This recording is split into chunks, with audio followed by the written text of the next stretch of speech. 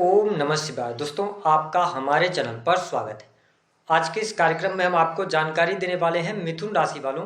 गुरु और शनि बनेंगे आपके लिए पारस पत्थर। दिवाली के बाद बनेगा महाधन योग। जी हाँ, आज के इस वीडियो में हम आपको जानकारी देने वाले हैं कि दिवाली के बाद से लेकर दिसंबर 2025 तक आपके जीवन में ग्रह गोचर स्थितियों के आधार पर किस प्रकार के परिवर्तन होंगे।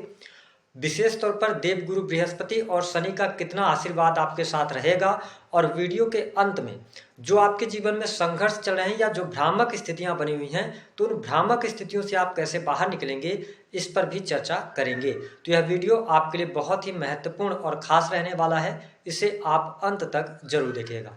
देखिए, जब हम मिथुन राशि वालों देव गुरु बृहस्पति की बात करते हैं तो बृहस्पति 18 अक्टूबर 2025 से लेकर 4 दिसंबर 2025 तक आपकी राशि से द्वितीय भाव, जो कि कुटुंब, वाणी, संचित धन, आपके खान पान का होता है, दूसरे भाव से इनका गोचर होगा। वही जब हम शनिदेव की बात करते हैं तो शनि का गोचर आपकी राशि से दशम भाव में रहने वाला है।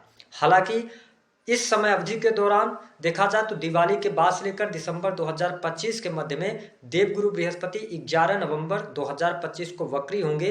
वही शनि 28 नवंबर 2025 से मार्गी होंगे। देखिए, बृहस्पति को जान, धर्म, शिक्षा, संतान, संतान का सुख, धन वृद्धि, स्त्रियों के संपूर्ण वैवाहिक जीवन की जिम्मेदारी बृहस्पति ग्रह के पास होती है। तो आप देख पाएंगे कि 18 अक्टूबर के बाद से लेकर और 4 दिसंबर तक यह समय अवधि आपके लिए बहुत बढ़िया रहेगी। आपका पारिवारिक जीवन बहुत शानदार रहेगा। कुटुंबी जनों के साथ में आपके संबंध बेहतर होंगे।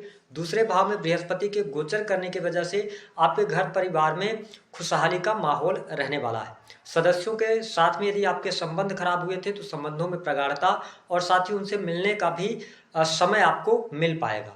इस समय अवधि के दौरान आपके बैंक बैलेंस में वृद्धि होगी।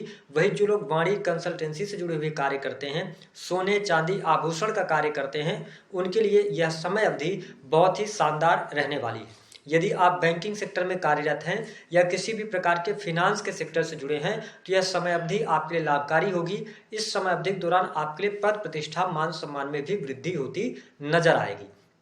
देखिए, सेकंड हाउस से जब बृहस्पति का गोचर हो रहा है तो निश्चित तौर पर अगर पहले से आपको स्वास्थ्य से संबंधित कोई समस्या चल रही थी मिथुन राशि वालों, तो वह समस्या आपकी दूर होगी। हालांकि इस समय अवधि के दौरान यदि देखा जाए तो थोड़ा सा अनिद्रा या तनाव की स्थिति आपके लिए बनती हुई नजर आएगी। तो थोड़ा अपनी हेल्थ का जरूर ध्यान आप रखिएगा। देवगुरु बृहस्पति की पंचम अमृतमय दृष्टि का जो प्रभाव है, बृहस्पति पंचम अमृतमय दृष्टि से आपके छठे भाव को देखेंगे। देखिए, छठे भाव पर बृहस्पति की दृष्टि पड़ना और बृहस्पति का उच्चस्थ होकर गोचर करना आपके लिए बहुत ही शानदार रहेगा। यदि आप काफी लंबे समय से जॉबलेस थे, आपको न्यू जॉब मिलती हुई नजर आएगी। अगर आपने पहले से कोई इंटरव्यू वगैरह दिया है तो वहां से आपके लिए कॉल आ सकती है, यानी कि आपको नई नौकरी की संभावनाएं यहां पर दिखाई देती हैं। यदि आप प्राइवेट सेक्टर के अंदर कार्य कर रहे हैं तो प्राइवेट सेक्टर में भी आपको लाभ मिलेगा। वरिष्ठ अधिकारियों के साथ संबंध अच्छे रहेंगे। इस समय अवधि के दौरान आप अपनी सैलरी में वृद्धि के लिए बात कर सकते हैं, आपको लाभ मिलेगा। जो मिथुन राशि वाले जातक या जातिका बैंक से लोन वगैरह के बारे में सोच रहे हैं, अगर आप ऐसा सोच रहे हैं कि लोन लेकर किसी कार्य व्यवसाय की शुरुआत करना चाहते हैं तो इस समय अवधि के दौरान आपको आसानी से लोन प्राप्त हो जाएगा। वही शत्रु संबंधित समस्याएं भी आपकी समाप्त होती नजर आएंगी। इस समय अवधि के दौरान यदि कोई कोर्ट कचहरी आदि का मामला है तो उसमें आपके लिए सफलता प्राप्त होगी। देखिए, मिथुन राशि वालों देवगुरु बृहस्पति की जो 7वीं दृष्टि का प्रभाव है, ये आपके अष्टम भाव को देख रहे हैं, जहां पर मकर राशि आती है। हालांकि अपनी नीच राशि को देखेंगे, लेकिन जब अष्टम भाव पर बृहस्पति की दृष्टि पड़ रही है तो आपको आश्वस्त कर दें कि आपके जीवन में कोई बहुत बड़ी निगेटिव घटना नहीं होगी।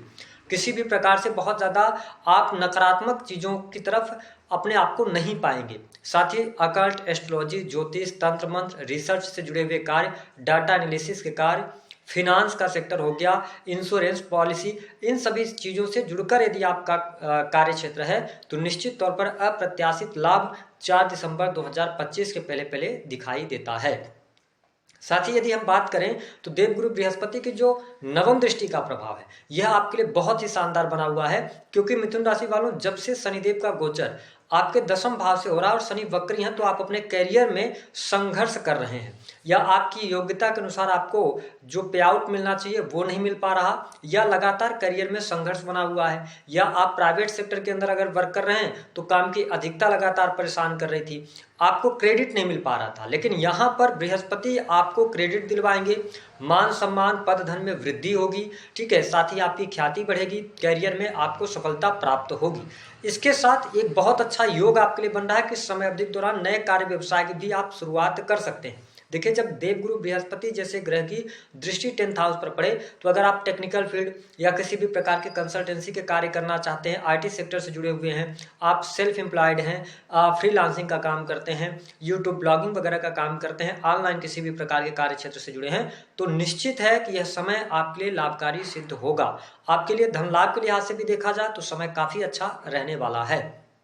अब यहाँ पर थोड़ा सा कुछ चीजों को लेकर आपको ध्यान देना पड़ेगा। देखिए, 10वें भाव में जब शनि का गोचर हो रहा है तो संघर्ष की स्थिति बनी है मिथुन राशि वालों। हो सकता है कि इस समय अवधि के दौरान आप कुछ नई स्किल्स की तरफ आगे बढ़ रहे हो, लेकिन ये जो संघर्ष आप अभी कर रहे हैं इसका बेनिफिट आगे चल के आपके लिए बहुत बढ़िया रहेगा। तो यदि आप हताश हो रहे हैं, परेशान हो रहे हैं, तो थोड़ा पेशेंस रखिए।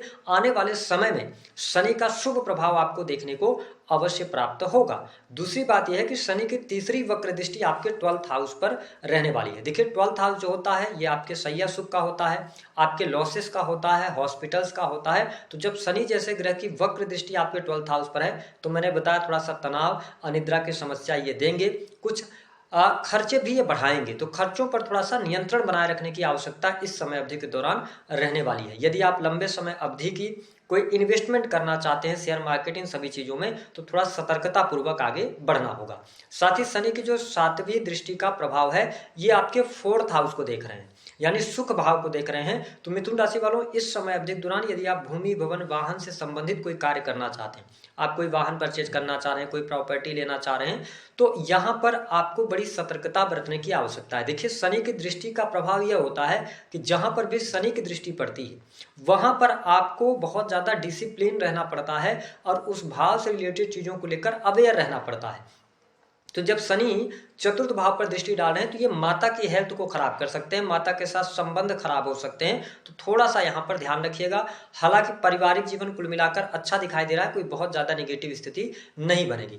शनि की जो 10वीं दृष्टि का प्रभाव है, मैं आपको स्पष्ट कर दूं कि थोड़ा सा आपके दाम्पत्य जीवन में उठापटक की स्थिति बनने जा रही है। जीवन साथी के स्वास्थ्य को लेकर परेशानी होगी और ये स्थिति 4 दिसंबर 2025 तक रहेगी। उसके बाद आपका दाम्पत्य जीवन अच्छा हो जाएगा।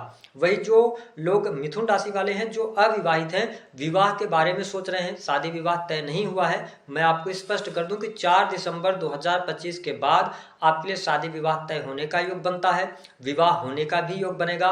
साथ ही आपके वैवाहिक बंधन में बंधने से आपको उत्तम जीवन साथी की भी प्राप्ति होगी, लेकिन ये स्थिति 4 दिसंबर के बाद बनती हुई नजर आ रही है। प्रेम संबंध के मामलों में अगर देखा जाए तो स्थिति बेहतर यहाँ पर दिखाई दे रही है। प्रेम संबंधों में कोई बहुत ज्यादा निगेटिव स्थिति दिखाई नहीं देती है। बिजनेस व्यापार की बात करें तो अच्छा रहेगा, बिजनेस व्यापार से लाभ मिलेगा। लेकिन अगर आप पार्टनरशिप विशेष तौर पर 18 अक्टूबर के बाद से लेकर और 4 दिसंबर के मध्य कर रहे हैं तो थोड़ा समझदारी पूर्वक लोगों को जांच परख लीजिएगा, उसके बाद उनके साथ में पार्टनरशिप में आगे बढ़िएगा। अब हमने कहा था कि आपके जीवन में जो संघर्ष की स्थिति बनी हुई है उससे क्या लाभ मिलेगा और कौन सी भ्रामक स्थितियों की मैं आपसे वीडियो की शुरुआत में बात कर रहा था। आइए उस पर बात करते हैं। देखिए मिथुन राशि वालों, आप में से बहुत सारे लोगों को जब हम कंसल्टेंसी देते हैं, ठीक है, हम आप लोगों की कुंडली बताते हैं, तो जब हम बात करते हैं तो बहुत सारे लोगों का ये क्वेश्चन होता है कि गुरुजी जो मेरा बहुत बुरा समय चल रहा है, तो कुंडली में स्थितियां बहुत गड़बड़ हैं, तो कुछ उपाय दे दीजिए जिससे मैजिक हो जाए। मैं आपको स्पष्ट कर दूं कि हमारे जैसे कई एस्ट्रोलॉजर भी आपकी कुंडली में उपस्थित योग और जो भोग आपको भोगना है, हमारे जैसे कई एस्ट्रोलॉजर भी नहीं बदल सकते। और जो ये दावा करता है कि आपकी कुंडली में जो चीज है ही नहीं, जो आपके प्रारब्ध में ही नहीं है, जो आपके भाग्य में ही नहीं है, उसे कोई भी व्यक्ति कैसे दिला सकता है। ज्योतिष सिर्फ और सिर्फ आपको उपाय दे सकता है, ठीक है। अगर आप ये अपेक्षा करते हैं कि कोई आपकी किस्मत को बदल देगा, आपका बुरा वक्त है वो टल जाएगा, मैं आपको एक सच्ची बात बता रहा हूं कि बुरा वक्त का सामना जो है वो आपको स्वयं को करना पड़ता है, अकेले करना पड़ता है। तो पहली बात तो इस भ्रम में ना रहे कि उपाय करने से किस्मत बदलती है। जो लोग बदल रहे हैं तो फिर भाई उन्हीं से आप बात कर सकते हैं। दूसरी बात, उपाय, देखिए उपाय हम लोग देते हैं। मेरा जो पर्सनल मानना है उसके बारे में हम आपसे चर्चा करेंगे कि उपाय केवल 3 से 5% तक ही आपके लिए काम करते हैं। वो भी तब काम करेंगे जब ईश्वर की कृपा आप पर होगी। लेकिन अगर कुंडली में आपके जीवन में संघर्ष लिखा है, ग्रह गोचरी स्थितियां ऐसी बनी हुई हैं, दशाएं ऐसी पाए हुए हैं आप, तो उपाय भी काम नहीं आते। यहां तक मैंने देखा है कि आपको उपाय मिल भी जाएगा तो ग्रह आपको करने नहीं देंगे। ठीक है, तो अगर कोई उपाय के नाम पर पैसे मांग रहा है तो इन सभी चीजों से बचिएगा। उपाय करने से देखिए, हम किसी भी चीज में अगर एनर्जी लगाएंगे, सकारात्मक होकर एनर्जी लगाएंगे, तो उसका आउटपुट जो होता है वो निकलता है। तो जब आप कोई उपाय करते हैं तो मेरा ये मानना है 3 से 5% के बीच ही उपाय से लाभ होता है, क्योंकि वहां पर इसका सीधा इम्पैक्ट आपके मन मस्तिष्क पर पड़ता है। जब आपको उपाय दिया जाता है तो आप विश्वास के साथ उस चीज को करते हैं। ठीक है, तो आपको लगता है कि उपाय करने से लाभ हो रहा है, लेकिन ऐसा नहीं होता है। जब कुंडली में दशाएं सही होती हैं तो बहुत अच्छे तरीके से आप आगे बढ़ते हैं। मैं आपको एक बात स्पष्ट कर दूं कि जब समय आपका सही होता है ना मिथुन राशि वालों, तो आप मिट्टी को भी हाथ लगा देंगे तो सोना हो जाएगी। और जब समय आपका खराब होगा ना, तो कहते हैं कि ऊंट पर बैठे हुए आदमी को भी कुत्ता काट लेता है। तो ये ध्यान रखें, इन सभी भ्रमों से बचें, बहुत ज़्यादा फीस डालने की, पूजा पाठ के नाम पर इन सभी चीज़ों से बचाव करें। दूसरी बात कहते हैं, देखिए दशम भाव से शनि का गोचर हो रहा है, तो मैं आपको बता दूं, हो सकता है कि आपके जीवन में भी संघर्ष चल रहा हो, आपके अनुसार चीजें ना चल रही हो। तो मैं आपको कुछ 2-3 बातें बताता हूं, उस पर थोड़ा सा आप ध्यान दीजिएगा। पहली बात कि जो इस परिस्थिति में आप चल रहे हैं, मैं मानता हूं आप मेहनत कर रहे हैं, भाग्य आपका साथ नहीं दे रहा है, तो कुछ समय के लिए चीजों को, परिस्थितियों को आप बदलने की कोशिश ना कीजिए। क्योंकि जो हमारे जीवन में जब स्थितियां गड़बड़ होती है ना, तो हम उसको बहुत जल्दबाजी में बदलने की कोशिश करते हैं, या सिचुएशंस को हम पकड़ने की कोशिश करते हैं। तो मैं आपको स्पष्ट कर दूं कि सिचुएशन को पकड़ने की कोशिश नहीं करिए, थोड़ा सा अपने आप में पेशेंस लेके आए, धैर्य लेके आइए,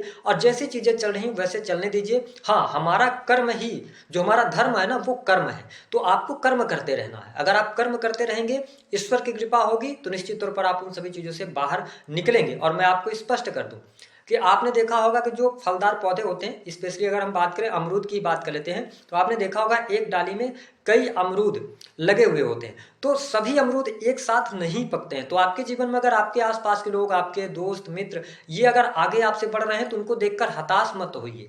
ठीक है, हो सकता है कि देखिए एक अमरूद का टाइम आ गया, वो पहले पक गया, तो हो सकता है कि दूसरा अमरूद आपका हो, तो आपका भी टाइम आएगा। ठीक है, तो थोड़ा भगवान पर विश्वास रखिए। और जब, मेरा ये मानना है कि जब चीजें आपके बिल्कुल विपरीत हो रही हों, तो अपने आप को अपने इष्ट के प्रति सरेंडर कर दीजिए। आप सिर्फ कर्म करिए, बाकी रात को सोने से पहले उनसे प्रार्थना कीजिए कि आपका जो कर्म था वो आपने किया, बाकी आगे क्या होगा वो प्रभु ही जानते हैं। जब भी आप अपने इष्ट भगवान को ये चीजें, अपने आप को समर्पित कर देते हैं, तो प्रकृति, नेचर आपका सहयोग करने लगता है। तो ये चीजें ध्यान रखें, और बुरे समय से जरूर आप निकलेंगे, थोड़ा सा धैर्य बनाए रखें। अब उपाय की बात करें तो हम यही कहते हैं कि भाई, उपाय आप मानसिक शांति के लिए करना चाहते हैं तो आप भगवान गणेश की आराधना करते रहें, और इस समय अवधि के दौरान अपने कर्म